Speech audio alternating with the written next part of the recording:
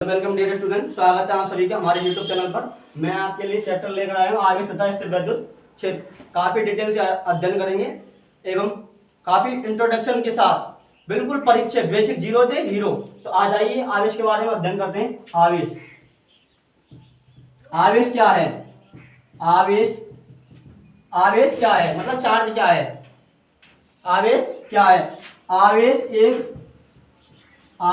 एक ऐसा मूलभूत गुणधर्म है जो वस्तु में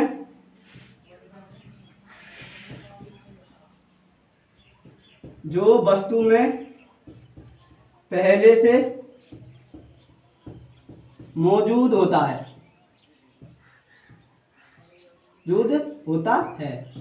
अब देखिए मूलभूत का मतलब क्या है। आवेश क्या है? आवेश एक ऐसा मूलभूत गुणधर्म है जो वस्तु में पहले से मौजूद होता है। अब मूलभूत का मतलब मीनिंग आप समझ लीजिए, जैसे कि एक बोतल है, हमारे पास क्या है, एक बोतल है पानी की, तो इसमें क्या है 2 kg 2 लीटर पानी भरा हुआ है इसमें। तो आप इससे नो नहीं कह सकते इसका द्रव्यमान 2 लीटर क्यों, 2 kg क्यों है या 2 लीटर क्यों है, क्योंकि उसका वेटेज है पानी का। इसलिए इसमें क्या इसी प्रकार आवेश में पहले से मूलभूत गुणधर्म होते हैं, उसमें कुछ विद्यमान होते हैं, जैसे छोटी छोटी वस्तुओं को आकर्षित करना एवं प्रतिकर्षित करना आवेश का काम है। तो इसलिए काफी डिटेल से अध्ययन करेंगे, तो आप इतना ही समझ लीजिए आवेश के बारे में।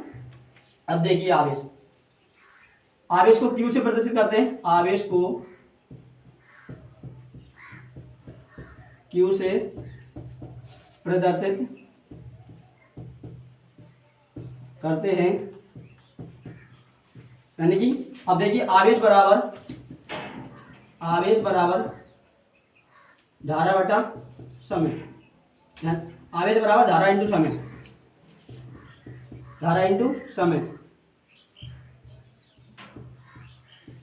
यानी कि आई बराबर क्या होता है? आई बराबर होता है क्यू अपॉन टी। तो यहाँ से क्यू बराबर आएगा आई इंटू टी, यानी कि आवेश बराबर धारा इंटू समय। धारा का मतलब, धारा को क्या लिखते हैं? एम्पियर से। इसका मतलब क्या है? ऐसा पद्धति एम्पियर। क्या है? एम्पियर। इसका मतलब समय का ऐसा पद्धति मतलब क्या है? सेकंड। क्या है इसका? Ampere into second. अब ये क्या होगा? आवेश का मात्रक। इसको हम बोल देते हैं कूलाम। क्या बोल देते हैं? कूलाम, यानी कि कूलाम। अब देखिए आवेश बराबर धारा इंटू समय। आवेश का मात्रक होगा धारा से यहाँ से एम्पियर, समय का सेकंड। अब स्थिर विद्युत स्थिर आवेश हमेशा 2 क्षेत्र उत्पन्न करता है, विद्युत क्षेत्र प्लस चुंबकीय क्षेत्र। स्थिर आवेश 2 क्षेत्र उत्पन्न करता है, 2 क्षेत्र उत्पन्न करता है। पहला विद्युत क्षेत्र यानी इलेक्ट्रिक फील्ड, दूसरा चुंबकीय क्षेत्र मैग्नेटिक फील्ड, चुंबकीय क्षेत्र। जैसे स्थिर विद्युत क्षेत्र का मतलब आप ऐसा समझ लीजिए, कोई आवेश है, क्या है? कोई क्यू आवेश है। क्या रखा है? कोई क्यू आवेश है, मेरे पास क्यू आवेश है। जैसे एक फोन है, जैसे ये क्या है? फोन है, इस पर क्यू आवेश मैंने रख दिया। मैं 2 घंटे के लिए बाहर गया घर पे, तो मैंने आवेश को देखा, तो आवेश ने तो अपनी दादागिरी कर ली। क्या कर ली? दादागिरी कर ली। यानी कि आवेश ने अपना एक क्या बना लिया? क्षेत्र बना लिया। क्या बना लिया? क्षेत्र बना लिया। अब आवेश ने अपना क्षेत्र बना लिया, तो ये अपना प्रभाव कहाँ दिखाएगा? अपना प्रभाव अपने क्षेत्र पर दिखाएगा, मतलब अपने एरिया का क्या होगा? ये दादा क्या हो गया? दादा। तो जैसे ही हम कोई दूसरे आवेश को लेकर आएंगे, क्या जैसे ही हम किसी दूसरे आवेश को लेकर आएंगे, जैसे क्यू नॉट आवेश को लेकर आए, मतलब टेस्ट कराने के लिए, भाई देखते हैं आज तो कितना जीतता है, टेस्ट कराने के लिए किसी अन्य आवेश को लेकर आए, इलेक्ट्रिक फील्ड है, इसने विद्युत क्षेत्र बना लिया अपना। आज किसी आवेश के चारों तरफ का वह क्षेत्र जिसके आवेश के प्रभाव का अनुभव किया जा सकता है, उसे क्या कहते हैं? विद्युत क्षेत्र। मतलब किसी दूसरे आवेश को लेके आए, तो इसने क्या है? ये पॉजिटिव, तो इसने क्या किया? प्रतिकर्षण करा। क्या करा? प्रतिकर्षण, रिपल्सन। क्यों? पॉजिटिव क्या करते हैं? प्रतिकर्षण। क्या करते हैं? रिपल्सन। तो आवेश इसने क्या किया? प्रतिकर्षण। इसी प्रकार हम इसी के एरिया में किसी अन्य आवेश माइनस वाले को लेकर आए, प्लस वाले के साथ किसी को लेकर आए माइनस, तो इससे प्यार करने लग गया। क्या करने लग गया? प्यार करने लग गया। ये इस आवेश से क्या करने लग गया, प्यार करने लग गया, मतलब इसने अपना अट्रैक्शन दिखाया उसके प्रति। क्या दिखाया? उसका है अट्रैक्शन, उसको प्यार महसूस हुआ, मतलब प्यार फील हुआ, मतलब विज्ञान की भाषा में यानी फिजिक्स में इसको क्या बोलेंगे? सजातीय आवेश। सजातीय आवेश क्या करते हैं? प्रतिकर्षण। क्या करते हैं? प्रतिकर्षण यानी कि रिपल्शन। क्या करते हैं? रिपल्शन। और विजातीय आवेश, विजा विजातीय आवेश, विजातीय आवेश क्या करते हैं? आकर्षण। क्या करते हैं? आकर्षण, अट्रैक्शन फील करते हैं।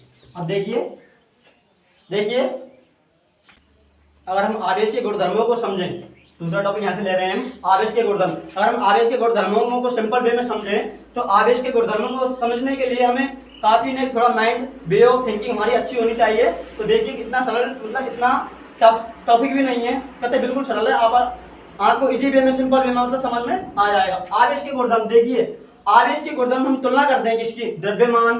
किसकी? द्रव्यमान, यानी कि आवेश की तुलना करते हैं। आवेश की तुलना करते हैं किससे? तुलना करते हैं द्रव्यमान से। तुलना करते हैं द्रव्यमान से। आवेश का कंपैरिजन कर रहे हैं किससे? द्रव्यमान से। तो देखिए आवेश द्रव्यमान से क्या होता है? बद्ध रहता है। क्या होता है? आवेश द्रव्यमान से बद्ध रहता है, परंतु द्रव्यमान आवेश से बद्ध नहीं रहता। आपको शौक लगा होगा बहुत बड़ा। आवेश क्या है? द्रव्यमान से बद्ध रहता है। अब देखिए कैसे, जैसे मेरा हाथ है, मैंने इसको यूं रगड़ा, इसको रगड़ा, इसमें से क्या हुआ? एनर्जी फील हुई। क्या ले जा रही है? एनर्जी आ रही है। जैसे मैं रगड़ रहा हूं तो इसमें से इलेक्ट्रॉन जा रहे हैं। क्या आ रहे हैं? इलेक्ट्रॉन जा रहे हैं। जब किसी वस्तु में से इलेक्ट्रॉन जाते हैं तो उस पर क्या आता है? धनावेश। जिसमें जाते हैं यानी जो ग्रहण करता है उस पर क्या आता है? ऋणावेश। तो इसलिए आवेश की तुलना हम कर रहे हैं द्रव्यमान से। अब इसमें क्या, हाथ में मान मेरे में कुछ में ना कुछ तो वजन होगा, इसमें हम आवेश को रखते हैं। तो आवेश का किससे संबंध है?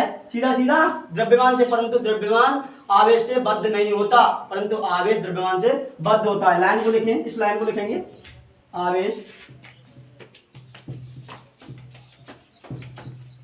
द्रव्यमान से बद्ध रहता है, मतलब जुड़ा हुआ रहता है, बद्ध रहता है, परंतु द्रव्यमान आवेश पर निर्भर नहीं करता। नहीं करता। जैसे देखिए द्रव्यमान आवेश पर निर्भर क्यों नहीं करता? देखिए जिसमें ए है, इसमें 5 इलेक्ट्रॉन और 5 ही प्रोटॉन। तो इसमें हम टोटल ऑफ चार्ज देखेंगे तो क्या होगा? नेट आवेश टोटल ऑफ चार्ज बराबर 0, क्योंकि जितना प्लस है उतना क्या है? नेगेटिव। तो ये टोटल ऑफ चार्ज कितना हुआ? 0, यानी कि शून्य आवेश है इसमें। क्या है? 0 आवेश। अब देखिए इस पर हम अब ये क्या अट्रैक्शन फील नहीं करने वाला, नहीं ये अपना कुछ प्रभाव देखा कि उदासीन आवेश, इसलिए ये किसमें अभी क्या है? इसमें कुछ ना कुछ द्रव्यमान है, इसका क्या कुछ ना कुछ द्रव्यमान है इस वस्तु का।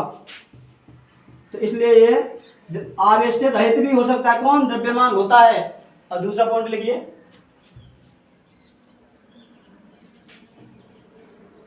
कंजर्वेशन, यानी कि आवेश संरक्षण का नियम। आवेश संरक्षण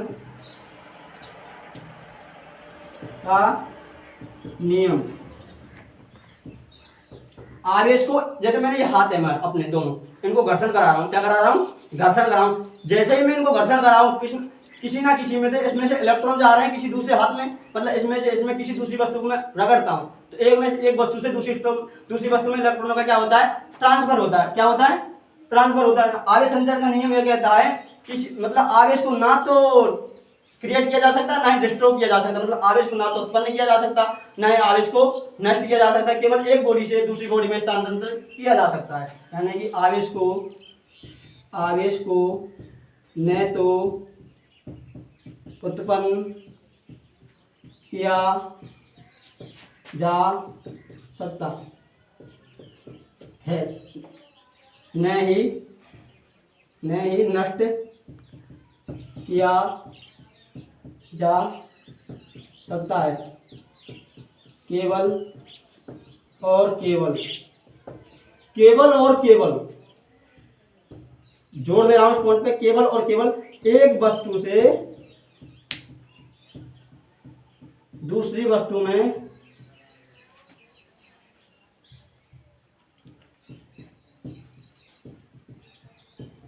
स्थानांतरित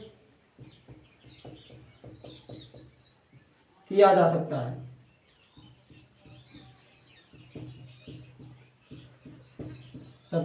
है।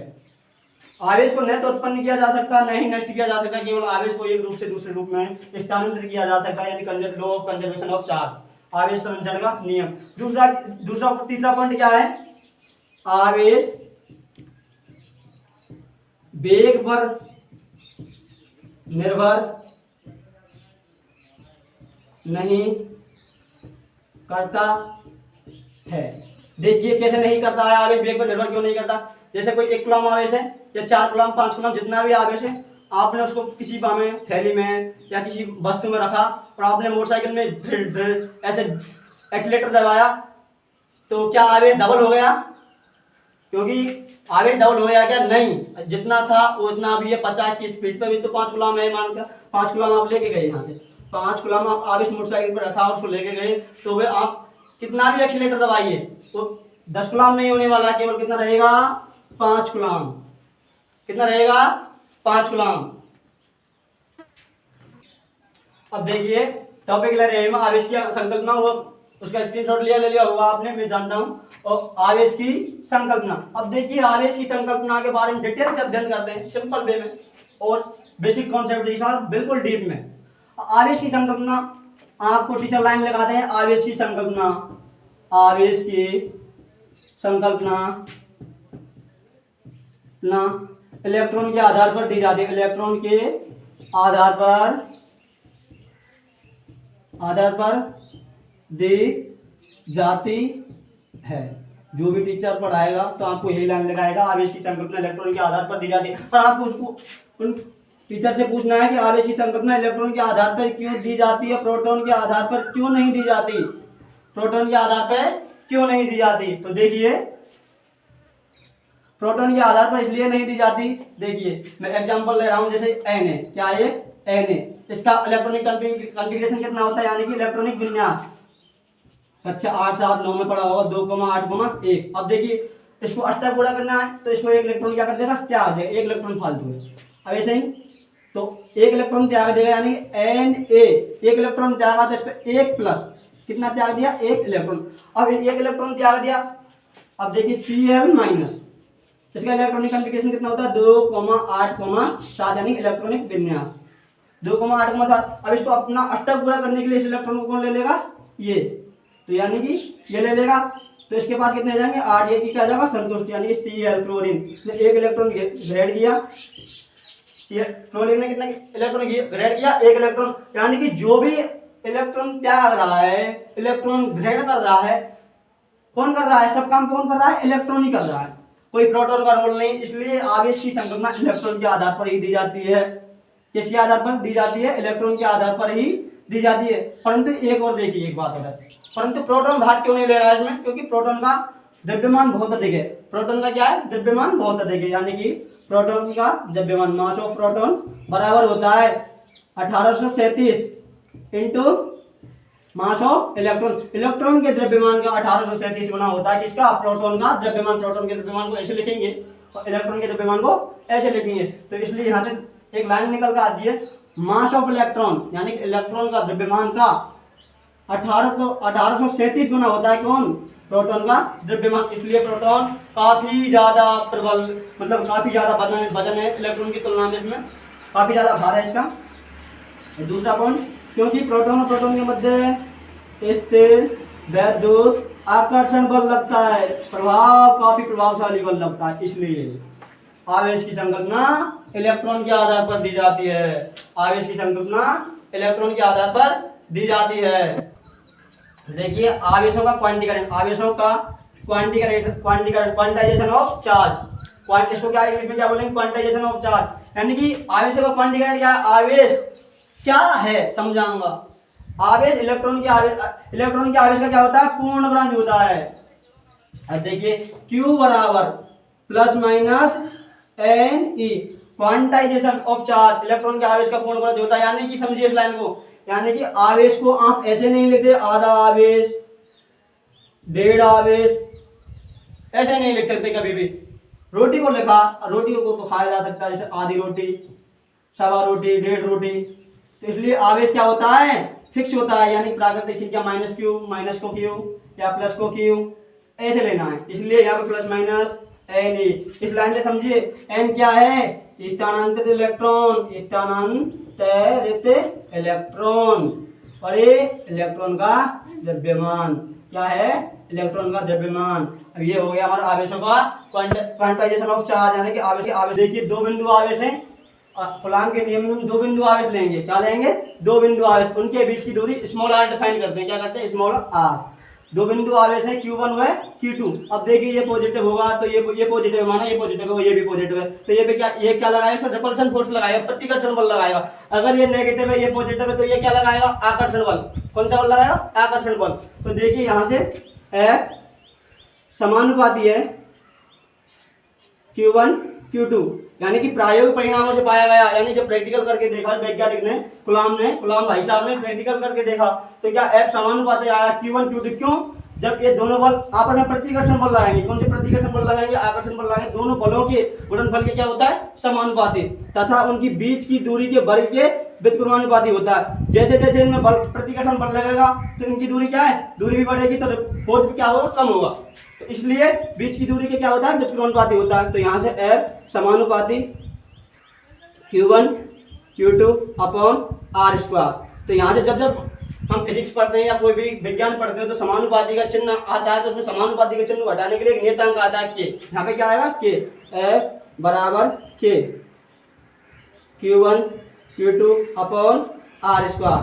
तो इसे क्या कहते हैं, कूलॉम का नियम। अब परिभाषा लिखेंगे, माना दो बिंदु आवेश हैं, दो बिंदु आवेश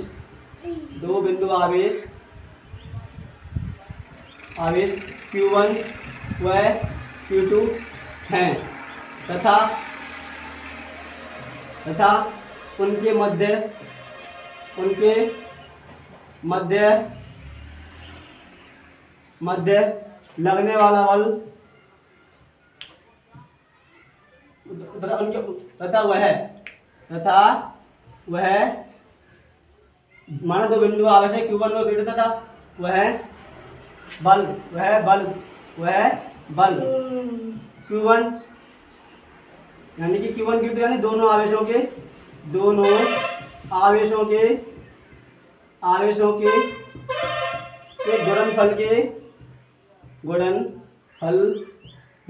की या गुणनफल की क्या होता है, समानुपाती,